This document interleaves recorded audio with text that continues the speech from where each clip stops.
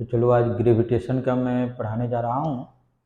Gravitational potential energy और intensity of gravitational field. ठीक है, तो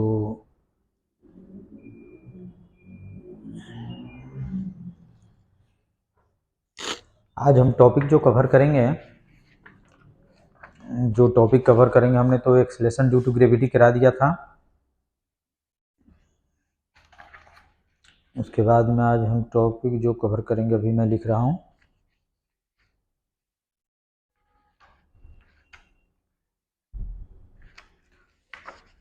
intensity of gravitational field. First topic हम कवर करेंगे intensity of gravitational field.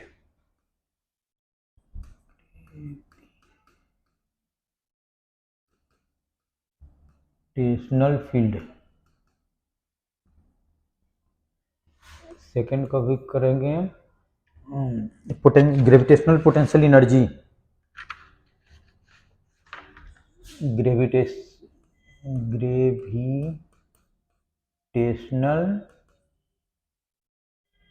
Potential energy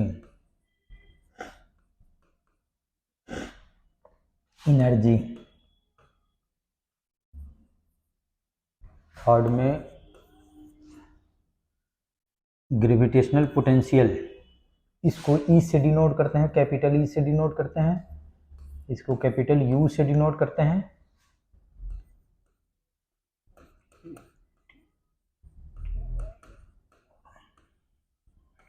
potential उसको कैपिटल भी से डिनोट करते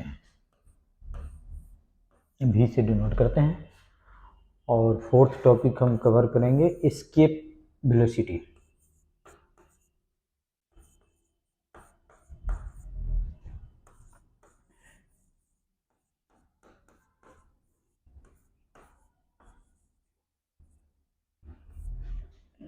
ये टॉपिक हम 4 टॉपिक आज कवर करेंगे। ठीक है, तो पहले इसको नोट कर लो।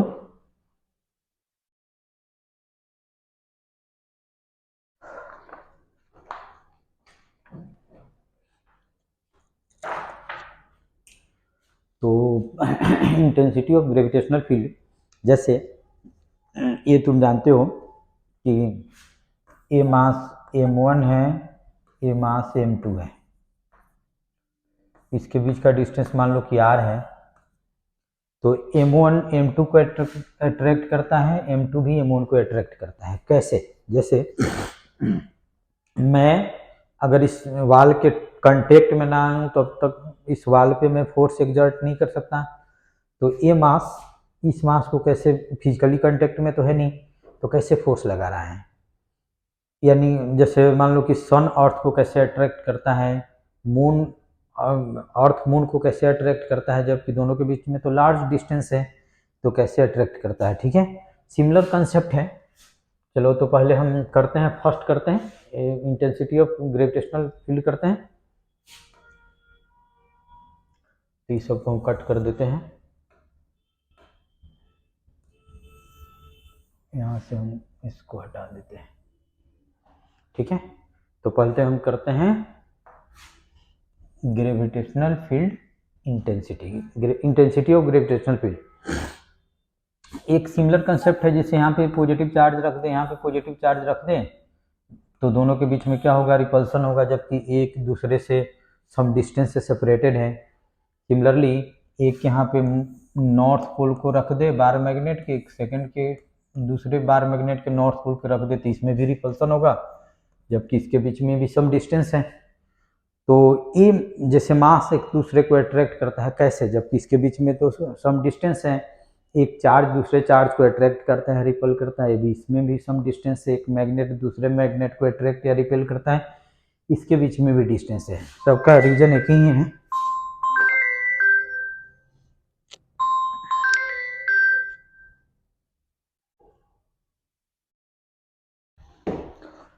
सबका रीजन एक ही है, तो हमको तो यही पढ़ना है।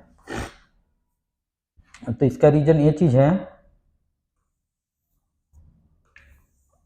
कि जब किसी मास को हम रखते हैं, जब किसी मास को यहाँ पे हमने रख दिया तो ये अपने सराउंडिंग में क्या करता है, एक फील्ड प्रोड्यूस करता है। अपने सराउंडिंग स्पेस में क्या करता है, एक फील्ड प्रोड्यूस करता है जिसको हम बोलते हैं ग्रेविटेशनल फील्ड। और ये ग्रेविटेशनल फील्ड इसके सराउंडिंग में जो भी मास होगा उस पे को अट्रैक्ट करेगा। समझ गए? जैसे M1 अपने सराउंडिंग में ग्रेविटेशनल फील्ड प्रोड्यूस किया और वो ग्रेविटेशनल फील्ड इस M2 पे फोर्स लगता है। सिमिलरली M2 भी अपने सराउंडिंग में क्या करता है, ग्रेविटेशनल फील्ड प्रोड्यूस करता है और वो ग्रेविटेशनल फील्ड इसके सराउंडिंग में जो मास है M1 उसको अट्रैक्ट करता है। सिमिलर कंसेप्ट चार्ज में भी है। जैसे किसी चार्ज को हम यहाँ पे रखते हैं तो अपने सराउंडिंग में वो भी एक फील्ड प्रोड्यूस करता है जिसको हम इलेक्ट्रोस्टैटिक फील्ड या इलेक्ट्रिक फील्ड बोलते हैं, और वो इलेक्ट्रिक फील्ड उसके सराउंडिंग में जितने भी चार्जेज है उस पर फोर्स लगाता है। ठीक है, तो यही कंसेप्ट है। यानी कि अगर किसी मास को हम यहाँ पे रख देते हैं तो अपने सराउंडिंग में क्या करता है, फील्ड प्रोड्यूस करता है। उस फील्ड को हम ग्रेविटेशनल फील्ड बोलते हैं। उसका मैग्नीट्यूड कितना होगा उसको हम बोलते हैं इंटेंसिटी ऑफ ग्रेविटेशनल फील्ड। अभी हम निकालेंगे। ठीक है, तो समझ गए?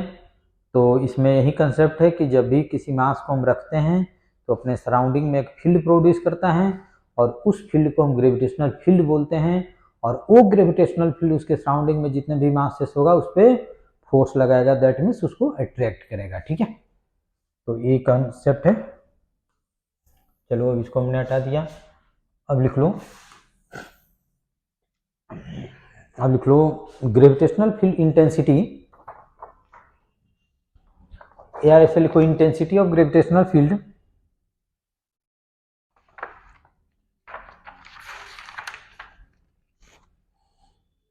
at any point in gravitational field, at any point लिखो, and any point due to a given mass is defined as the force experienced by a unit mass placed at that place। जैसे मान लो कि यहाँ पे एक मास हमने रख दिया कैपिटल M, और इस P पॉइंट पे ये कितना ग्रेविटेशनल फील्ड प्रोड्यूस करेगा जो इस मास से R डिस्टेंस पे है, वही हमको फाइंड करना है। ठीक है, तो इस पे हम यूनिट मास रख दो, यानी कि स्मॉल m इक्वल टू 1 रख दो। इसके बीच में फोर्स निकाल दो, और फोर्स कितना हो जाएगा, G capital M small m upon में R स्क्वायर। तो फर्दर हो जाएगा G capital M into 1 upon में R स्क्वायर, और यही इलेक्ट्रिक फील्ड हो जाएगा, सॉरी ग्रेविटेशनल फील्ड हो जाएगा G कैपिटल M अपॉन में R स्क्वायर। ठीक है, तो अब वो सब नहीं करना है। जैसे मान लो कि यहाँ पे M1 है, मैं बोलूँ कि इस पॉइंट A पे कितना ग्रेविटेशनल फील्ड होगा, तो ग्रेविटेशनल फील्ड डायरेक्टेड टुवर्ड्स मास होता है। ये वेक्टर क्वांटिटी है तो वो मास की तरफ डायरेक्टेड होता है। ठीक है, तो M1 है। अब ये डिस्टेंस मान लो कि R1 है, तो यहाँ पे इलेक्ट्रिक फील्ड का इंटेंसिटी E1 होगा और ये तुम्हारा डायरेक्टेड टुवर्ड्स मास होगा, और E1 इक्वल टू होगा कितना, तो G स्मॉल m1 अपॉन में R1 स्क्वायर। ठीक है, सिमिलरली मान लो कि यहाँ पे कोई मास M2 है, ए पॉइंट मान लो कि B है, जिस पॉइंट पे हमको फाइंड करना है कि इसका ग्रेविटेशनल फील्ड का इंटेंसिटी कितना होगा, और ये डिस्टेंस मान लो कि R2 है। ठीक है, तो यहाँ पे इसका डायरेक्शन कैसे होगा, टुवर्ड्स मास होगा। इसका मैग्नीट्यूड मान लेते हैं E2 है, और E2 इक्वल टू कितना हो जाएगा, G M2 अपॉन में R2 का स्क्वायर हो जाएगा। ये सब हो जाएगा डेफिनेशन। ठीक है, चलो नोट कर लो, और बुकलेट में डेफिनेशन है नहीं।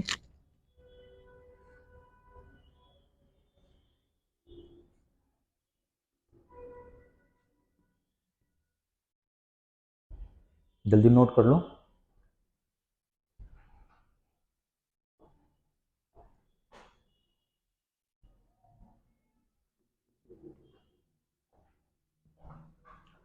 चलो अब नेक्स्ट टॉपिक हम शुरू करते हैं।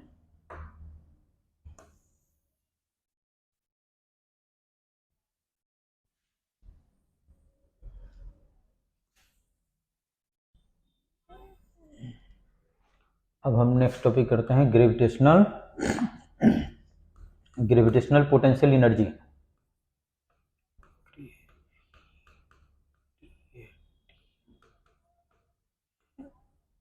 Potential energy.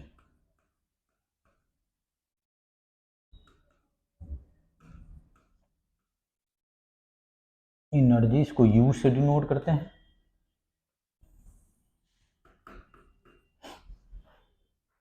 इसका भी डिफिनीशन लिख लो, ऐसे बुकलेट में है, इसका भी डिफिनीशन लिख लो। ग्रेविटेशनल पोटेंशियल एनर्जी, एक बार मैं पढ़ दे रहा हूँ, तुम लोग बुकलेट से देख लेना। The gravitational potential energy of a body is the energy associate with it due to its position in gravitational field of another body. ठीक है, it is measured by the amount of work done in bringing a body from infinity to given point in the gravitational field of the other. इसका meaning ये चीज़ है कि जैसे मान लो कि इस मास के चलते, मान लो कि इसका मान कैपिटल एम ले लेते हैं और ये है तुम्हारा इन्फिनिटी, और इसका पी पॉइंट पे हमको लाना है स्मॉल एम को। इन्फिनिटी से हमको किस पॉइंट पे लाना है? पी पॉइंट पे लाना है। देखो इसमें इसका डिफिनेशन होता है gravitational potential energy due to capital M at point P is defined as, ठीक से इस डिफिनेशन को पढ़ना, याद करना। Gravitational potential energy due to mass capital M at point P is defined as the amount of work done in bringing mass a small m from infinity to point P। यानी कि इस capital M के चलते P point पे potential वही होगा, वो होगा जो इस स्मॉल मास को इन्फिनिटी से P पॉइंट में लाने में जो हमको वर्क डन करना पड़ेगा। और हमने बताया भी था कि पोटेंशियल एनर्जी जो भी होता है वो होता है ड्यू टू वर्क डन। ठीक है, इसका डेरिवेशन भी है, डेरिवेशन उतना इंपॉर्टेंट नहीं है, फिर भी मैं करा देता हूँ। ठीक है, जैसे मान लो कि मास यहाँ पे है, मास यहाँ पे है और ये एक्स डिस्टेंस पे है, और यहाँ पे छोटा सा एक डिस्प्लेसमेंट लेते हैं dx, क्योंकि फोर्स तो वेरिएबल है, तो इस पे जो फोर्स लगेगा वो होगा g capital M small m upon में एक्स स्क्वायर। ठीक है, फोर्स होगा। जैसे जैसे इस मास को लाएंगे तो x क्या होगा? डिक्रीज होगा, यानी कि फोर्स चेंज होगा। तो हम वर्क एनर्जी में ऑलरेडी बढ़ा चुके हैं, work done by variable force F dx integration x1 से लेकर x2 तक, ये ऑलरेडी मैं पढ़ा दिया हूँ। तो यही फॉर्मूला को हम लगाते हैं। F कितना हो जाएगा? G capital M small m। मैंने यही बताया, डिफिनीशन में ही लिखाया कि इस कैपिटल M के चलते P पॉइंट पे पोटेंशियल एनर्जी कितना होगा? वो इक्वल टू होगा, पोटेंशियल एनर्जी जो होगा इक्वल टू होगा work done in bringing mass small m from infinity to P। तो हम ऐसा करते हैं, पहले वर्क डन निकाल देते हैं इस स्मॉल मास को इंफिनिटी से P लाने में, और वहीं इसका पोटेंशियल एनर्जी हो जाएगा अपॉन में एक्स स्क्वायर हो जाएगा इंटू dx हो जाएगा, और इन्फिनिटी से r, ये डिस्टेंस सपोज करो कि r है। ठीक है, अच्छा g m तो कांस्टेंट है, इसको बाहर कर देते हैं। g capital M small m को बाहर कर दिया, एक्स स्क्वायर 1 अपॉन में एक्स स्क्वायर को x टू द पावर -2 लिख दिया, dx लिख दिया, और इन्फिनिटी से r लिख दिया। ठीक है, फर्दर इसको हम लिख देते हैं g m स्मॉल m। अब इसका इंटीग्रेशन हमने कर दिया, x to the power -2 plus 1 हो जाएगा, और -2 प्लस 1 हो जाएगा, और लिमिट इन्फिनिटी से r तक हो जाएगा। ठीक है, फर्दर अब ये कितना हो जाएगा? -2 प्लस 1 तो ये माइनस हो जाएगा, तो -g capital M small m और x टू द पावर -1 हो जाएगा, तो x to the power -1 upon में x हो जाएगा, ऐसे लिख देते हैं। -g capital M small m और ये 1 अपॉन में x हो जाएगा, और इन्फिनिटी टू r हो जाएगा। ठीक है, फर्दर हम लिखते हैं यहाँ से, अब तो वर्क डन इसको यहीं पे लिख देते हैं। तो -g capital M small m, पहले अपर लिमिट तो 1 अपॉन में r -1 अपॉन में इन्फिनिटी। ठीक है, तो ये कितना हो जाएगा? -g capital M small M upon में आर, ये तो 1 अपॉन में आर हो जाएगा, इन्फिनिटी 0 हो जाएगा। तो वर्क का हमारा फाइनल एक्सप्रेशन आ गया minus G capital M small M upon में आर। इतना ही वर्क डन होगा, और मैं डिफिनीशन से लिखाया था इतना ही पोटेंशियल एनर्जी होगा। चलो पहले इतना नोट कर लो।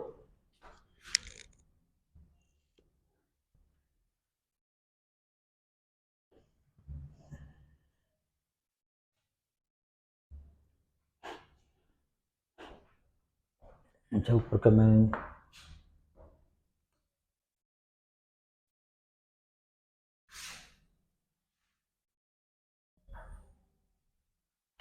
अब बाय डेफिनेशन जो पोटेंशियल एनर्जी का हमने डेफिनेशन लिखाया था, potential energy due to mass capital M at point P is defined as the amount of work done in bringing mass m small m from infinity to point P. तो जो work done होगा वही potential energy होगा। तो लिखेंगे by definition,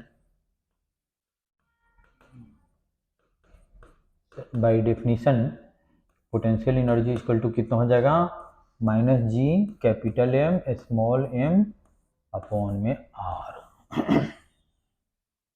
यही हो जाएगा। अच्छा, उसके बाद में नेक्स्ट टॉपिक है पोटेंशियल एनर्जी। अब जैसे तो हमने फार्मूला ड्राइव कर दिया, अब तुमको कैसे याद रखना है potential energy due to 2 particles, 3 particles, 4 particles, अभी मैं कर रहा हूँ। जैसे potential energy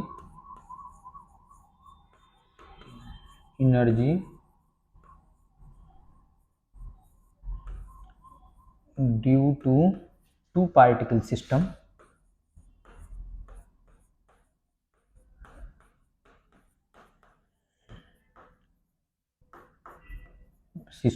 to particle system. जैसे मान लो कि यहाँ पे एक M1 पार्टिकल है, यहाँ पे M2 पार्टिकल है, इसके बीच का डिस्टेंस मान लो कि R12 है, तो इसका पोटेंशियल एनर्जी हो जाएगा U equal to minus G M1 M2 upon में डिस्टेंस, यानी कि जी M1 M2 अपॉन में R12। मान लो कि यहाँ पे हमने मास ले लिया M1 और यहाँ पे मास हमने ले लिया M1, दोनों मास M1 ही है, और उसके बीच का डिस्टेंस मान लो कि R है। तो ये कितना हो जाएगा, तो U equal to minus G M1 into M1 upon में R। दैट मीन्स ये हो जाएगा minus G M1 square upon में R, ये हो जाएगा। बस फॉर्मूला जैसे फोर्स में क्या होता है, जी M1 M2 अपॉन में R स्क्वायर, तो नेगेटिव जी M1 M2 अपॉन में R क्या है, दोनों के बीच का सेपरेशन है। तो ये 2 पार्टिकल सिस्टम के लिए ऐसे लिखना है, ठीक है।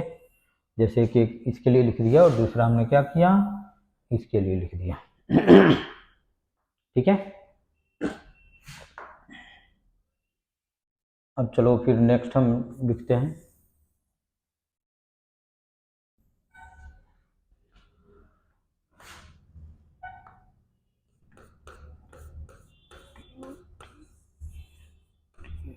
Potential energy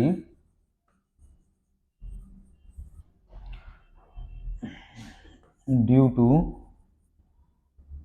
3 particle system. मान लो कि 3 पार्टिकल सिस्टम।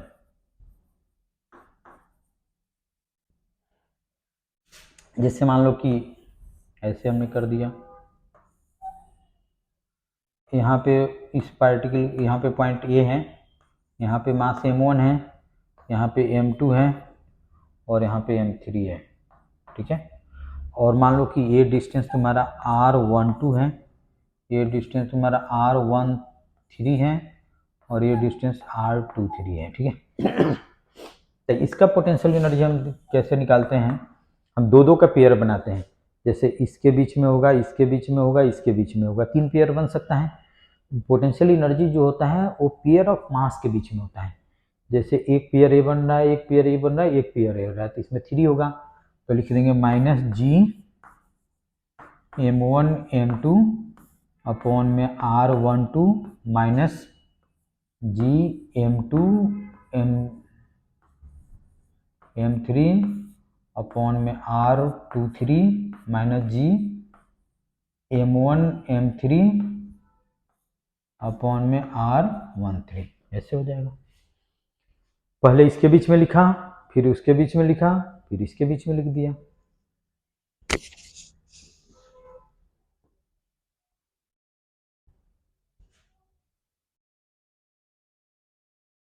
नोट करो इसको। अब 4 पार्टिकल सिस्टम के लिए हम करते हैं।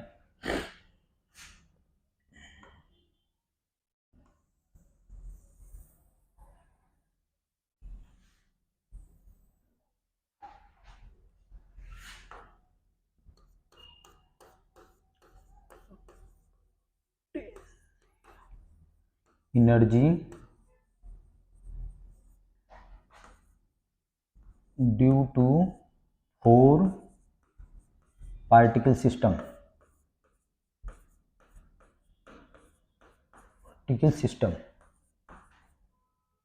Particle system.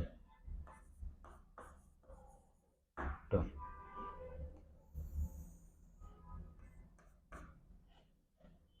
जैसे मान लो कि एक स्क्वायर है, एनसीईआरटी में भी क्वेश्चन है और बुकलेट में भी क्वेश्चन है। जैसे मान लो कि इसका एक स्क्वायर है जिसका साइड लेंथ है L, यहाँ पे मास m है, यहाँ भी m है, यहाँ भी m है, यहाँ भी m है, ठीक है। जैसे हम ऐसा करते हैं M1 M2 कर लेते हैं, M1 M2 M3 M4 कर देते हैं, ठीक है। तो इसमें हम देखते हैं ऐसे एनसीईआरटी में जो गिवन है M1 M2 M3, ये कि लास्ट में हम सबकी वैल्यू m पुट कर देंगे, आ जाएगा आंसर। जैसे स्क्वायर है तो सभी साइड कितना होगा, इक्वल होगा, और गिवन है L, ठीक है। तो इसमें कितना पेयर बन सकता है, पहले हम दो पार्टिकल के पेयर बनाएंगे। तो इसके बीच में 1, इसके बीच में 2, इसके बीच में 3, इसके बीच में 4, और फिर इसके बीच में 5 और इसके बीच में 6, यानी कि इसमें 6 पेयर बन रहा है।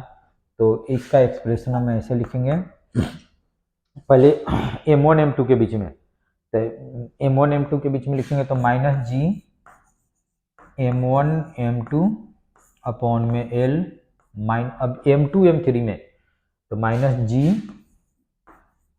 M2 M3 अपॉन में L माइनस G अब M3 M4 में M3 M4 अपॉन में L, अब M4 M1 में तो minus G M1 M4 upon में कितना हो जाएगा, L हो जाएगा। अब इसके बीच में M1 M3 के बीच में तो minus G M1 M3 upon में ये डिस्टेंस कितना हो जाएगा, डायगोनल हो जाएगा, और डायगोनल हो जाता है √2L, तो लिख देंगे √2L। अब M2 M4 के बीच में भी हो जाएगा √2, तो minus G M4 M2 upon में 2√2 इंटू L, ये हो जाएगा पोटेंशियल एनर्जी का एक्सप्रेशन। और एनसीईआरटी में दिया हुआ है या हमारे बुकलेट में भी सेम क्वेश्चन है, सभी जगह का मास सेम है, तो M1 M2 को सब जगह M4 को M पुट करो तो आंसर आ जाएगा, ठीक है। तो इसको नोट कर लो। डेरिवेशन भी हमने कराया था, डेरिवेशन उतना इंपॉर्टेंट नहीं है, ठीक है, उतना इंपॉर्टेंट डेरिवेशन नहीं है।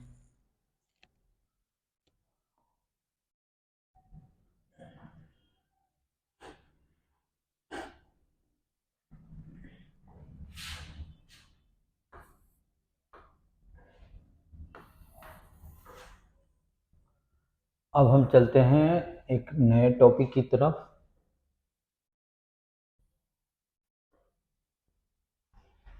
अब हम चलते हैं ग्रेविटेशनल पोटेंशियल। अभी हम पढ़ रहे थे ग्रेविटेशनल पोटेंशियल, अब ग्रेविटेशनल पोटेंशियल एनर्जी पढ़ रहे थे, अब gravitational potential.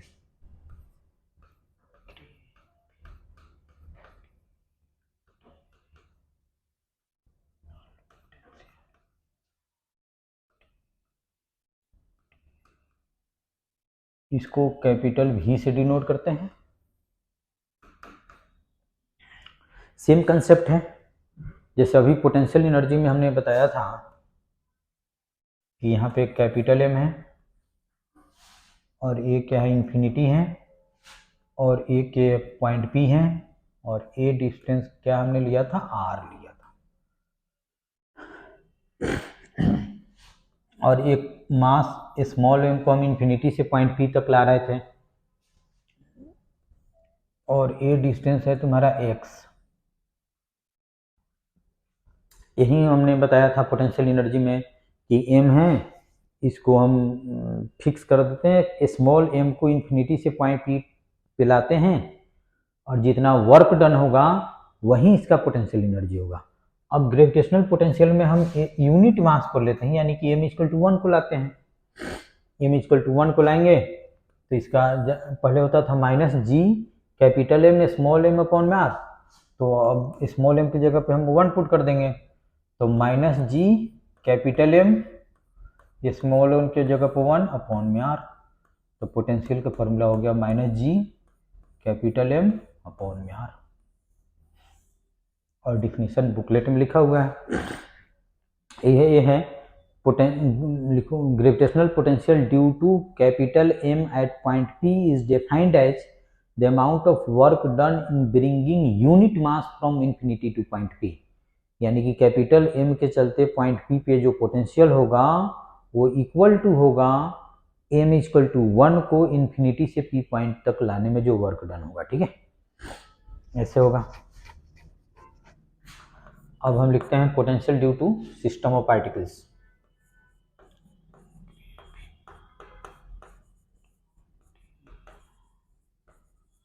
Gravitational potential due to system of particles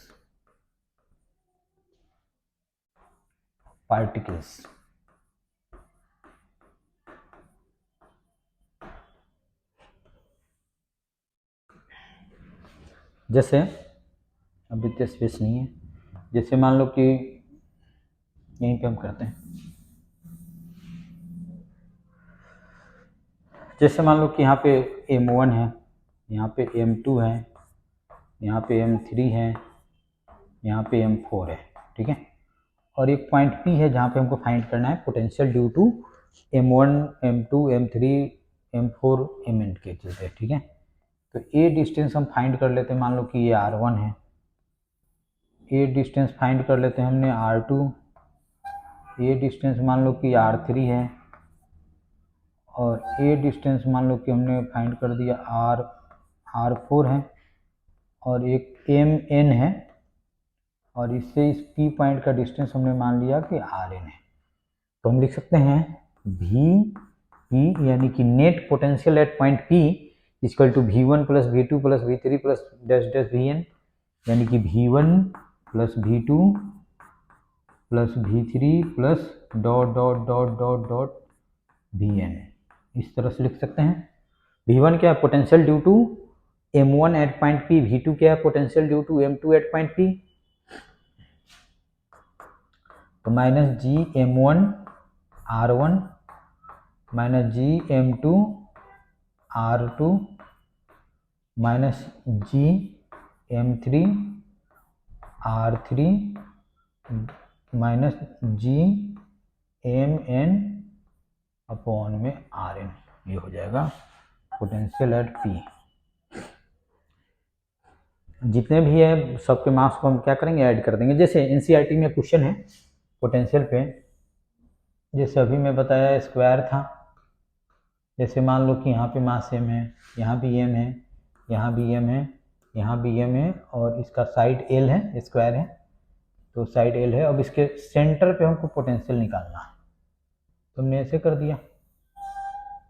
अब इस पॉइंट पे निकालना है, तो ये डायगोनल कितना हो जाएगा, √2l हो जाएगा, और a डिस्टेंस मान लो कि r है, तो ये भी डिस्टेंस कितना होगा, r होगा, ये भी डिस्टेंस कितना होगा, r होगा, और ये भी डिस्टेंस कितना होगा, सो r होगा, और r इक्वल टू कितना हो जाएगा, √2l अपॉन में 2 दैट मीन्स L/√2। चलो पहले इस क्वेश्चन को मैं करके बताता हूँ, पहले इतना नोट कर लो।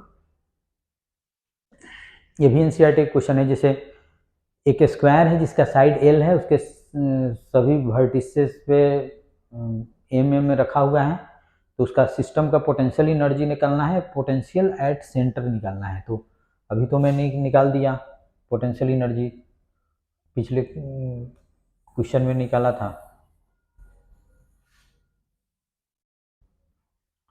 अब देखो इसमें भी इसका नाम हम दे देते हैं O।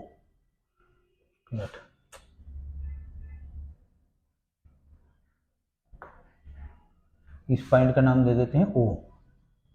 तो हम लिखेंगे VO यानी कि net potential at O equal to, पहले इस मास के चलते यानी कि सब के चलते तो सेम होगा, एक के चलते निकाल के हम क्या करते हैं 4 से मल्टीप्लाई कर देते हैं। तो -G अपॉन में डिस्टेंस कितना हो जाएगा L/√2, और इसको कितना से मल्टीप्लाई कर देंगे 4 से मल्टीप्लाई कर देंगे, यही हो जाएगा पोटेंशियल। नोट कर लो।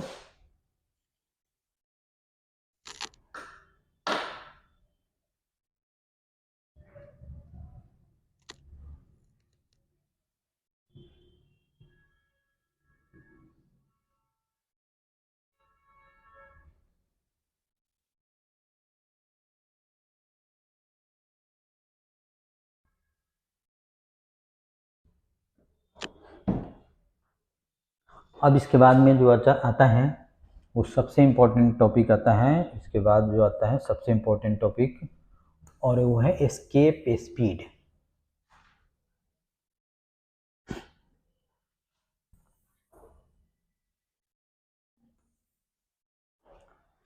एस्केप वेलोसिटी और एस्केप स्पीड। एस्केप वेलोसिटी लिख लो।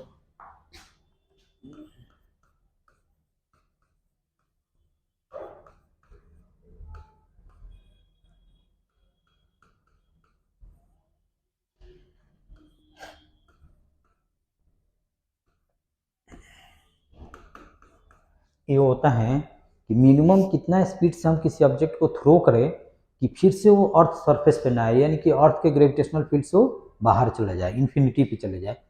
तो वही होता है minimum speed required for an object to escape from the earth surface, earth gravitational field is known as escape velocity. ठीक है, यानी कि किसी ऑब्जेक्ट को इतना स्पीड से हम थ्रो करें कि फिर वो वापस अर्थ सरफेस पे ना आए, यानी कि अर्थ सरफेस के ग्रेविटेशनल फील्ड से वो क्या हो जाए बाहर हो जाए, अर्थ के ग्रेविटेशनल फील्ड से वो क्या हो जाए बाहर हो जाए। ठीक है, तो वहाँ पे बाहर हो जाएगा तो अर्थ अपने तरफ अट्रैक्ट नहीं करेगा, तो अर्थ सरफेस पे नहीं आएगा। तो इसका डेरिवेशन है और इम्पोर्टेंट है।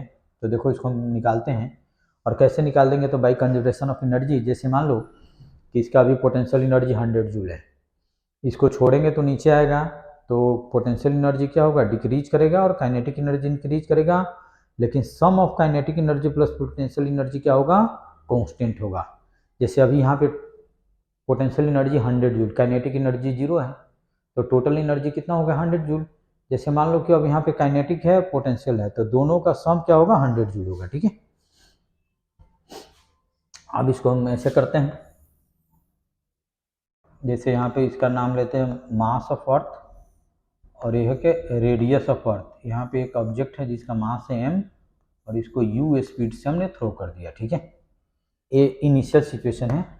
फाइनल सिचुएशन में होता है, फाइनल सिचुएशन में होता है कि RE हो जाता है, और ये ऑब्जेक्ट यहाँ पे पहुँच जाता है, इसका वेलोसिटी मान लो कि v है, और ये अर्थ सरफेस पे h हाइट है, और h इक्वल टू इन्फिनिटी हो जाता है। ठीक है, ये फाइनल सिचुएशन है। ठीक है, तो हम ऐसा करेंगे कि बाई कंजर्वेशन ऑफ एनर्जी लिखेंगे by conservation of energy.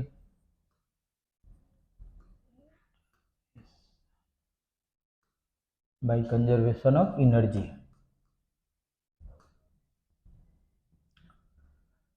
Kinetic energy initial plus potential energy initial equal to kinetic energy final plus potential energy final.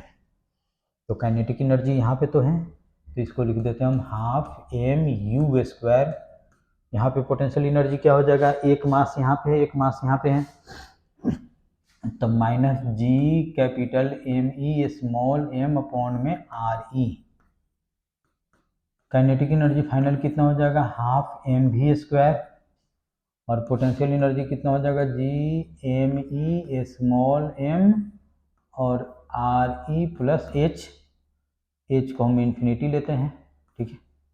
तो इन्फिनिटी प्लस समथिंग या इन्फिनिटी माइनस समथिंग वो क्या होगा, इन्फिनिटी ही होगा।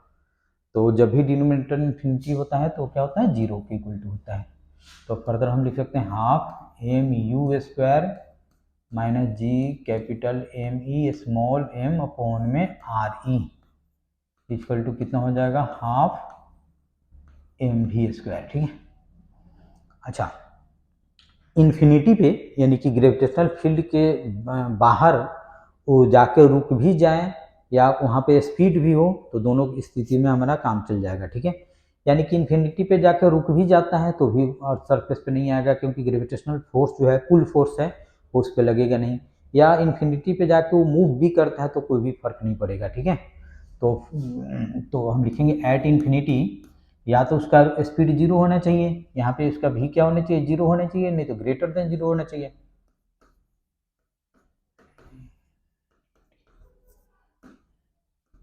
Half M V square is greater than equal to zero. तो अगर A greater than equal to zero है तो डेफिनेटली ए भी greater than equal to zero होगा। तो half M you square minus G capital M E small M upon में are E is greater than equal to zero होगा। अब इसको इस साइड करते हैं तो हो जाएगा half M you square is greater than equal to G M E small M upon में आर ई। इससे इसको कट कर दो तो u square equal to sorry is greater than equal to हो जाएगा टू जी एम ई upon में are e हो जाएगा। या इसको हम ऐसे भी लिख सकते हैं, u is greater than equal to under root two G M E upon में आर ई। चलो पहले इतना नोट कर लो, पहले इतना नोट कर लो।